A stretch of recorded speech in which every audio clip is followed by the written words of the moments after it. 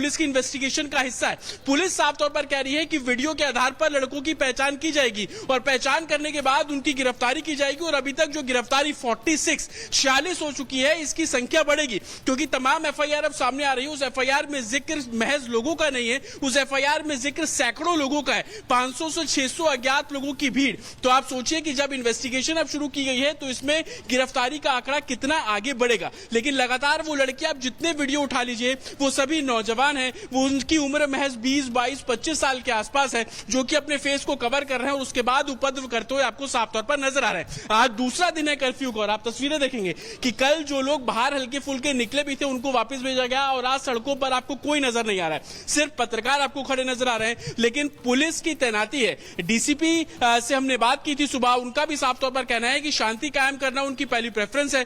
10 अलग टीमें बना दी गई हैं जो सिर्फ सोशल मीडिया पे काम कर रही है, क्योंकि अफवाह फैलाने का काम सोशल मीडिया से बहुत तेजी से किया गया। और लगातार मैं सुबह से बोल रहा हूं, 4 घंटे वो बेहद क्रूशियल थे, शाम को 4 बजे से लेकर 7:30, 8 बजे, क्योंकि 7:30 से 8 के बीच में जो आगजनी शुरू हुई उसने ना सिर्फ महाल इलाका जहां पे मेरी मौजूदगी है, बल्कि जहां का वीडियो मैं आपको दिखा रहा हूं, हंसापुर, जो यहां से महज 1.5 किलोमीटर दूर है, वहां तक आगजनी जो है वो पहुंचाई गई। दुकानों को तोड़ा गया, दुकानों के जो बोर्ड है उसको तोड़ा गया। हिंदू परिवार के घर के ऊपर जो झंडे लगे थे उनको देखकर टारगेट किया गया। महिलाओं से हमने बात की कल, उनका साफ तौर पर कहना था कि वो डरी हुई थी, उनको समझ नहीं आ रहा था कि क्या हो रहा है। दरवाजों पे लोग पत्थर मार रहे थे, दरवाजों पे लोग पैर मार रहे थे, लाते मार रहे थे ताकि किसी भी तरीके से दरवाजा टूटे। आगजनी की तस्वीर हमने गाड़ियों में देखी, कैसे आग जो है वो लगाई गई। लेकिन अब प्रशासन काम कर रहा है। प्रशासन का कहना है कि जल्द इस पूरे मामले में गिरफ्तारी की जाएगी। पॉलिटिकल एंगल इसमें साफ तौर पर सामने आ रहा है। लेकिन लगातार वो वीडियो जो कि हिंसा के वीडियो है,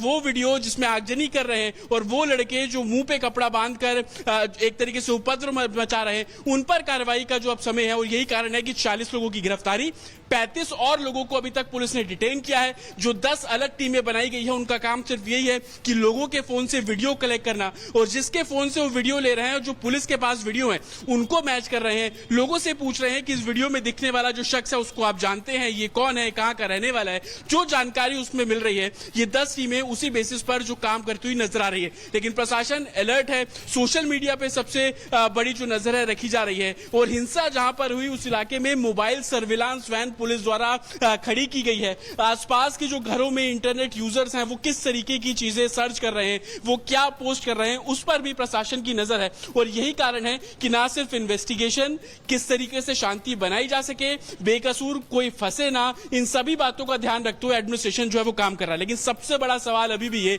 उकसाया किसने, सबसे बड़ा सवाल अभी भी ये कि किसके कहने पर इतनी भीड़ सड़कों पर उतर गई, किसने ये साजिश रची। कश्मीर स्टोन पेल्टिंग का जो पैटर्न था वो नागपुर तक कैसे पहुंचा, किसकी शय पे ये सब कुछ हुआ। हालांकि फहीम खान, तमाम ऐसे नाम सामने आ रहे हैं, इसको लेकर भी जानकारी मिल रही है कि लगातार टीम उसको ट्रेस करने की कोशिश कर रही है। लेकिन फहीम खान नागपुर में फिलहाल नहीं है। यह भी जानकारी मिल रही है कि डिस्क्रिप्शन में फहीम खान पर 60 से 70 लोगों को इकट्ठा करने का जो आरोप लगा है उसको लेकर इन्वेस्टिगेशन की जा रही है। कंप्लेनेंट और लोगों से बातचीत की जा रही है और हर तथ्य को खंगालने की कोशिश। और ये जो चौराहा, ये हिंसा का शिकार हुआ, आप देखेंगे कि बाइक पर आपको पुलिसकर्मी यहां पर नजर आएंगे। जिन जिन जगहों पर हिंसा हुई वहां पर बाइक से पेट्रोलिंग साफ तौर पर की जा रही है और पुलिस हर उस मूवमेंट पर आपको इस तरीके से नजर रखती हुई नजर आ जाएगी। और सिर्फ बाइक ही नहीं, बल्कि फुट पर, ग्राउंड पर, जहां जहां लोगों को लगता है कि वहां पर वॉक करने की जरूरत है, वहां पर निकलने की जरूरत है, वहां पर एडमिनिस्ट्रेशन काम करता हुआ नजर आ रहा है। पंचनामा कराया जा रहा है। आप जब एफआईआर पढ़ेंगे उसमें साफ तौर पर लिखा है कि लोगों ने बताया कि उनकी बाइक किस तरीके से जला दी गई। एफआईआर में लोग बता रहे हैं कि वो उस समय कैसे डरे हुए थे। जो पुलिसकर्मी तैनात थे, महिलाएं पुलिसकर्मी तैनात थी, उपद्रवियों ने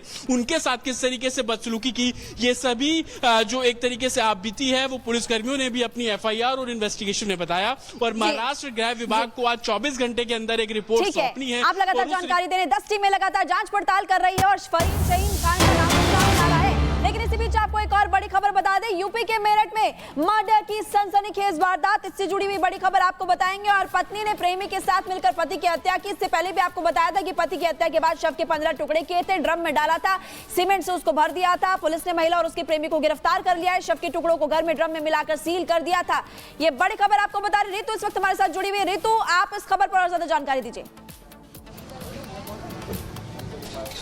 बिल्कुल महिमा, आपने ठीक कहा है। और ये जो क्रूर निर्मम हत्याकांड हुआ है और जो महिला है मुस्कान रस्तोगी, उसके घर के बाहर ही हम इस वक्त मौजूद है। तस्वीर दिखाइएगा आकाश, ये 1490/1 ब्रह्मपुरी मेरठ का ये मकान, ये उसका मायका बताया जा रहा है। हम लगातार कोशिश कर रहे हैं बातचीत करने की, लेकिन अंदर से कोई जवाब नहीं दे रहा है। अंदर से कह रहे हैं कि हम लोगों ने अपनी बात रख दी है, पुलिस स्टेशन में बात रख दी है और इस हत्याकांड को लेकर के पूरी बात जानकारी भी रख दी है। हम उस जगह पर भी लेकर चलते हैं जहां पर ये मर्डर हुआ है, उस गली तक भी लेकर के जाएंगे जहां पर ये हत्याकांड को अंजाम दिया गया है। ये जो गलियां हैं, ये जो ब्रह्मपुरी की सड़कें हैं, इसमें आपको दिखा रहे हैं ये जो पूरा हत्याकांड रचा गया है। जल्दी से आकाश बढ़ाइए आगे और दिखाने की कोशिश करेंगे वो मर्डर किस गली में हुआ, किस घर के बाहर हुआ, किस तरीके से निर्मम यह हत्याकांड जो है उस वारदात को अंजाम दिया गया।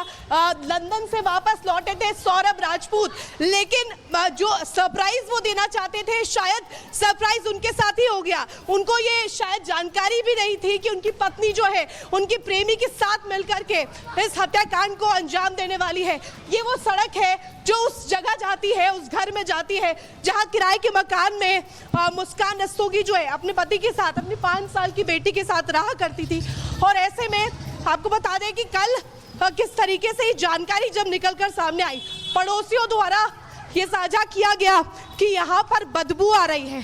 पुलिस पहुंचती है और उस ड्रम को चाकू से काटकर सीमेंट के भीतर से 15 टुकड़े जो है वो बरामद किए जाते हैं। हम अब बहुत करीब पहुंच चुके हैं उस मकान के पास जहां पर ये पूरा मर्डर जो है वो पूरा प्लान किया गया था। आपको हम तस्वीरें दिखा रहे हैं ब्रह्मपुरी की ये गलियां, जो इस वक्त सबसे ज़्यादा चर्चाओं में है। और ये चर्चा इस वजह से क्योंकि सौरभ राजपूत जो कि मर्चेंट नेवी में कार्यरत थे और लंदन में काम के सिलसिले से काफ़ी समय से वहाँ पर रह रहे थे। और यहाँ पर जब वो पहुँचे, किस तरीके से पूरी जो हत्याकांड है वो हुई है, खुद अपनी पत्नी ने इतनी निर्मम तरीके से मारा। कहा जा रहा है कि कमरे में वो जब सो रहे थे उसी दौरान चाकू से वार किया गया और चाकू से वार करते हुए पहला जब वार हुआ तो मौत के घाट उतार दिया गया।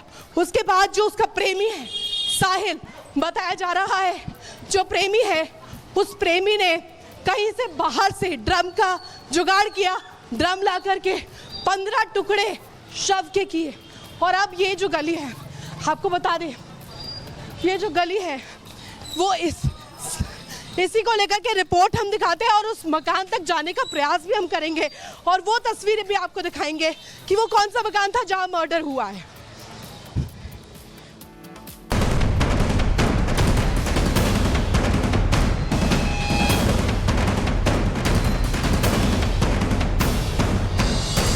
मोहब्बत की साजिश में लिपटी कत्ल की खौफनाक कहानी मेरठ की है, जहां मर्चेंट नेवी में काम करने वाले सौरभ ने मुस्कान नाम की लड़की के साथ लव मैरिज की थी, लेकिन परिवार को ये शादी नामंजूर थी। नतीजा ये हुआ कि परिवार ने दोनों को बेदखल कर दिया।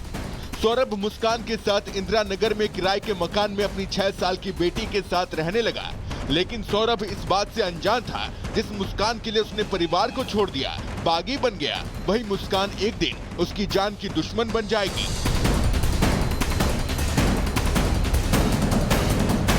सौरभ की पत्नी मुस्कान ने अपने बॉयफ्रेंड साहिल शुक्ला के साथ मिलकर सौरभ की हत्या कर दी।